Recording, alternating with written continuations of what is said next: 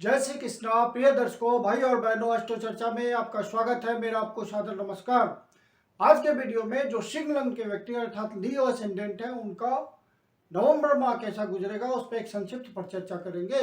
नए दर्शकों को बता दूं कि वो कैसे पता करें कि वो सिंह लग्न के व्यक्ति हैं। तो अपना बर्थ डिटेल्स किसी अच्छे एस्ट्रो के सॉफ्टवेयर में डालें। जो लग्न कुंडली बनकर आती है, जिसको D1 चार्ट भी कहते हैं, उसके यदि प्रथम भाव में 5 नंबर लिखा हुआ हो तो आप सिंह लग्न के व्यक्ति हुए, अर्थात लियो एसेंडेंट हुए। ये आपकी कुंडली है, ये प्रथम भाव है और इसमें 5 नंबर लिखा हुआ है, तो ये सिंह लग्न के व्यक्ति को की कुंडली को रिप्रेजेंट करता है। 1 नवंबर को जो गोचरीय परिस्थितियां है वो आपकी कुंडली पे मैंने लगाया हुआ है और नवंबर माह में जो महत्वपूर्ण गोचरीय परिवर्तन है उसको डिस्प्ले किया हुआ है।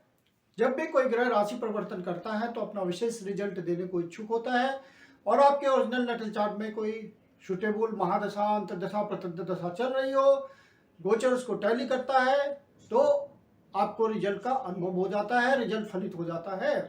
आपके लग्नेश हुए सूर्य महाराज जो कि तृतीय भाव पे गोचर कर रहे हैं और तृतीय भाव पे अन्य ग्रह जो कि गोचर कर रहे हैं वो है बुध महाराज, शुक्र महाराज और केतु ऑलरेडी वहां गोचर कर रहे हैं।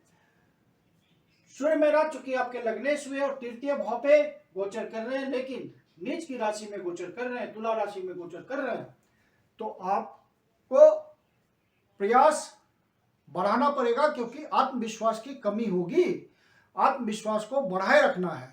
जब सूर्य महाराज यहां से निकल करके चतुर्थ भाव में गोचर करेंगे तो फिर बहुत अच्छी स्थिति हो जाएगी।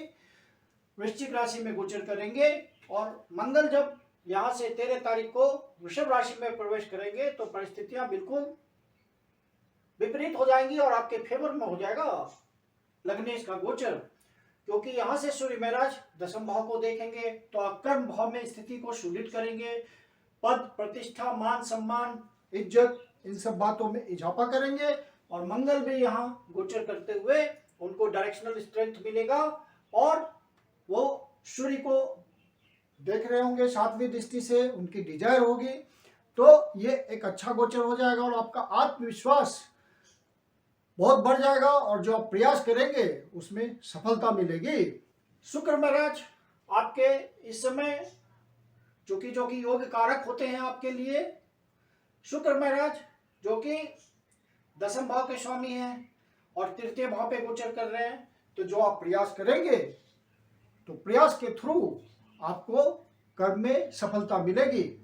बुध महाराज भी आपके इफर्ट्स के भाव पे ही गोचर कर रहे हैं और आपके लाभ भाव के स्वामी हैं और धन भाव के स्वामी है, इसलिए आपके लिए बुध महाराज बहुत इंपॉर्टेंट है क्योंकि ये धन की व्यवस्था करते हैं। दोनों प्रकार से जो आप कर्म करते हैं उससे जो आय होती है, धन की प्राप्ति होती है, उसको भी बताते हैं और संचित निधि को भी बताते हैं कि कितना आप धन कमाते हैं और कितना संचय कर पाते हैं। तो बुध महाराज आपके लिए धन की व्यवस्था करेंगे, अर्थात जो प्रयास करेंगे, आप अपने एफर्ट्स लगाएंगे, जिस भी डायरेक्शन में लगाएंगे, तो आपको अपने कर्म से धन की प्राप्ति होगी, लाभ की प्राप्ति होगी, इच्छा की पूर्ति होगी। जो बिजनेसमैन है वो अपने कर्म को बढ़ा दीजिए, जो कि आत्मविश्वास की कमी रहेगी तो गोचरीय परिस्थितियां समझ करके आप अपने प्रयास को बढ़ा दीजिए और हिम्मत नहीं हारना है, अपने प्रयासों में लगे रहिए। हालांकि अड़चने आएंगी लेकिन अंततोगत्वा आपको सफलता मिलेगी क्योंकि ये थोड़े समय की बात है।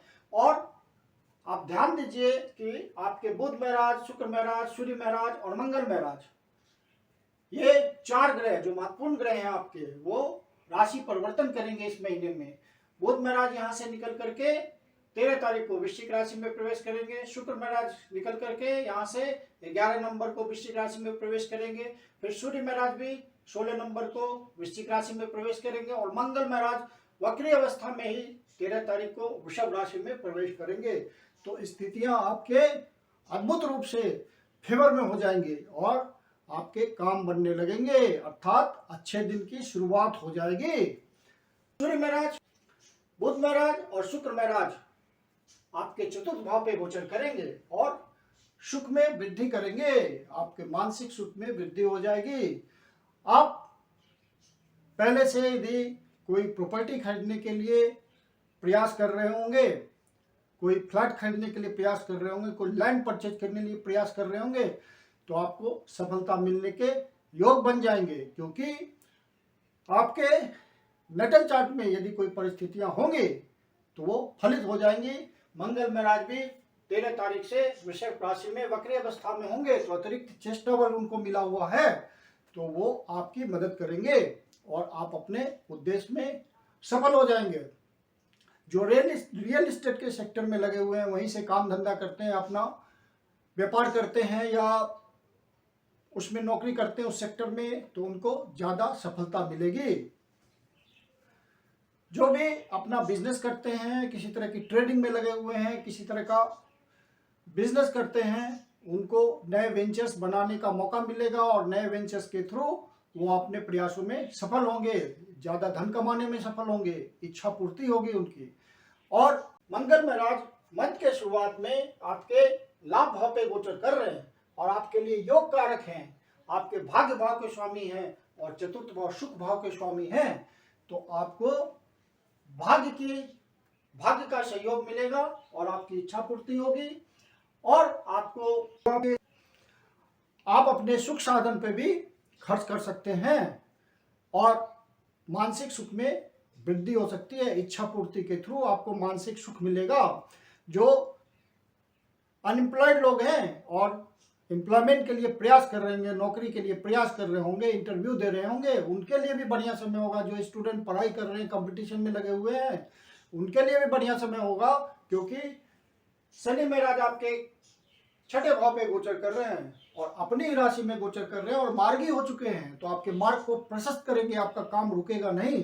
फिर गुरु महाराज भी 24 नवंबर को वक्री से मार्गी होंगे, छठे अष्टम भाव पे गोचर करते हुए मार्गी हो जाएंगे, तो आपके कार्य में बाधा नहीं आएगी। गुरु महाराज का सहयोग मिलेगा आपको। और गुरु महाराज अपनी नवी दृष्टि से आपके सुख भाव को देख रहे हैं, तो सुख भाव में वृद्धि करेंगे। ज्यादा से ज्यादा आपको अपने परिवार के बीच समय बिताने का मौका मिलेगा, घर में रहने का मन करेगा, मन को शांति मिलेगी, घर में धार्मिक कार्य होंगे। और गुरु महाराज आपको अचानक से धन की भी प्राप्ति करा सकते हैं। कोई रुका हुआ काम आपका अचानक से संपूर्ण हो सकता है, आपका इच्छा पूर्ति का मामला फिट हो सकता है, आपको अपने उद्देश्य में अचानक से सफलता मिल सकती है।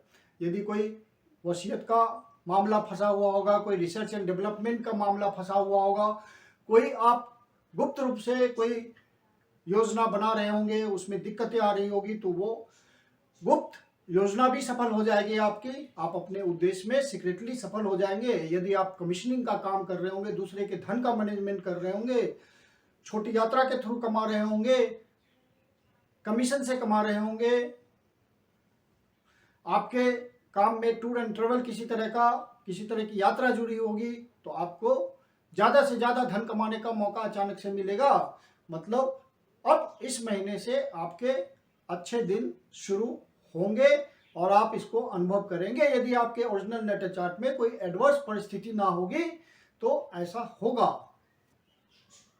तृतीय भाव आपका डबल ट्रांजिट का मामला बन रहा है। शनि महाराज 10वीं दृष्टि से 7, 8, 9, 10 शनि महाराज 10वीं दृष्टि से आपके तृतीय भाव को देख रहे कर्म की दृष्टि से, और गुरु महाराज यहां गोचर करते हुए शनि महाराज 10वीं दृष्टि से, शनि महाराज 7वीं दृष्टि से 12वें भाव को देख रहे हैं और गुरु महाराज की ब्लेसिंग भी आ रही है। सप्तम भाव गुरु महाराज की ब्लेसिंग भी आ रही है 12वें भाव से। और महीने की शुरुआत में चंद्रमा छठे भाव से गोचर प्रारंभ कर रहे हैं और 12वें भाव को देख रहे हैं, अर्थात आपका 12वां भाव महत्वपूर्ण हो जा रहा है। जो एक्सपोर्ट इंपोर्ट के काम में है, बिजनेस के थ्रू धन कमाते हैं, बाहर से संबंध बनाते हैं, बाहर से किसी तरह का व्यापार करते हैं, विदेश यात्रा के थ्रू धन कमाते हैं, डिस्टेंट प्लेसेस में उनकी यात्रा होकर के, निगोशिएशंस होकर के धन कमाने का मामला बनता है, तो इन सब बातों में सफलता मिलेगी। आध्यात्मिक उन्नति के लिए भी ये बढ़िया समय है। जो स्पिरिचुअल अपलिफ्टमेंट के काम में लगे हुए हैं, उनको प्रयास करने से विशेष अनुभूति होगी, क्योंकि अध्यात्म की उन्नति तो अनुभूति करने की चीज है, वो दिखती नहीं है, अनुभव की जाती है। जो स्टूडेंट बाहर पढ़ने के लिए जाना चाहते हैं, कंपटीशन के थ्रू बाहर जाना चाहते हैं, तो उनके लिए बढ़िया समय है। नौकरी के लिए भी बाहर जाने के लिए प्रयास कर रहे हैं, उनके लिए भी बढ़िया महीना गुजरेगा ये और अच्छे दिनों की शुरुआत हो। राहु ऑलरेडी नवम भाव पे गोचर कर रहे हैं और भाग्य भाव को कनेक्ट कर रहे हैं मंगल से, क्योंकि राहु मंगल की राशि में गोचर कर रहे हैं, तो मंगल के रिजल्ट को बढ़ा रहे हैं। तो विदेश से कनेक्शन बनाने के लिए बढ़िया समय होगा।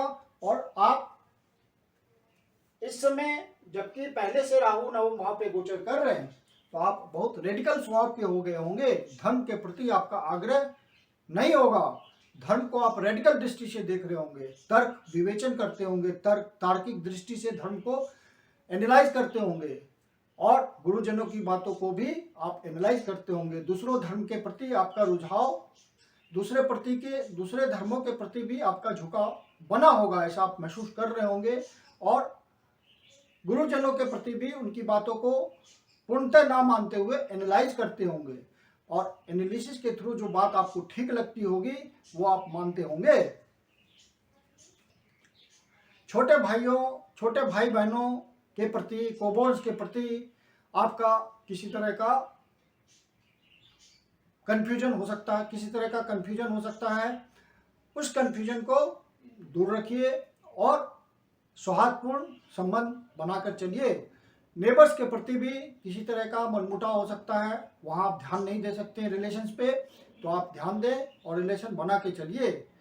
नेबरिंग ग्रुप्स जो भी सोसाइटी के हैं आपके, उनके प्रति भी आपको मेलजोल बनाकर, कुटुंबजनों के प्रति, अपने परिवार के प्रति, जो माता पिता हैं उनके प्रति आप व्यवहार में बहुत ही सतर्कता बरतिए। एग्रेशन किसी भी तरह नहीं आना चाहिए व्यवहार में। यदि आप माता पिता के साथ कोई व्यापार करते हैं, कुटुंबजनों के साथ कोई व्यापार करते हैं, व्यापार को आगे बढ़ाते हैं, तो वहाँ भी आप अपने निगोशिएशंस का ध्यान रखिए, आचार व्यवहार का ध्यान रखिए और डील करते वक्त बहुत ही विजडम से काम लीजिए और दूरदर्शिता अपनाते हुए सारे डिसीजंस लेंगे तो आपको धन की प्राप्ति होगी। संचित निधि में आप वृद्धि कर पाएंगे।